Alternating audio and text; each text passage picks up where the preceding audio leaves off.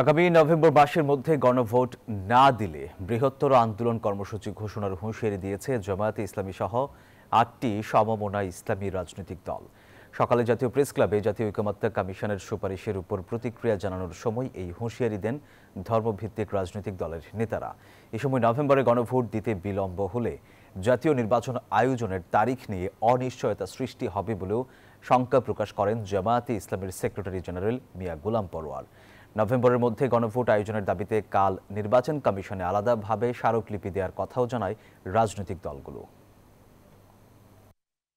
আগামী ৩ নভেম্বর শীর্ষ নেতৃবৃন্দের বৈঠক এবং বৈঠক শেষে সাংবাদিক সম্মেলনের মাধ্যমে বৃহত্তর কর্মসূচি ঘোষণা করবে ইনশাআল্লাহ।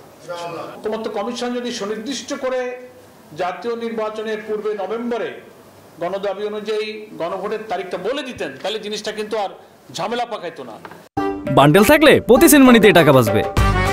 বিকাশ সেনমানি বান্ডেল কিনে জিতুন প্রতি লেনদেনে।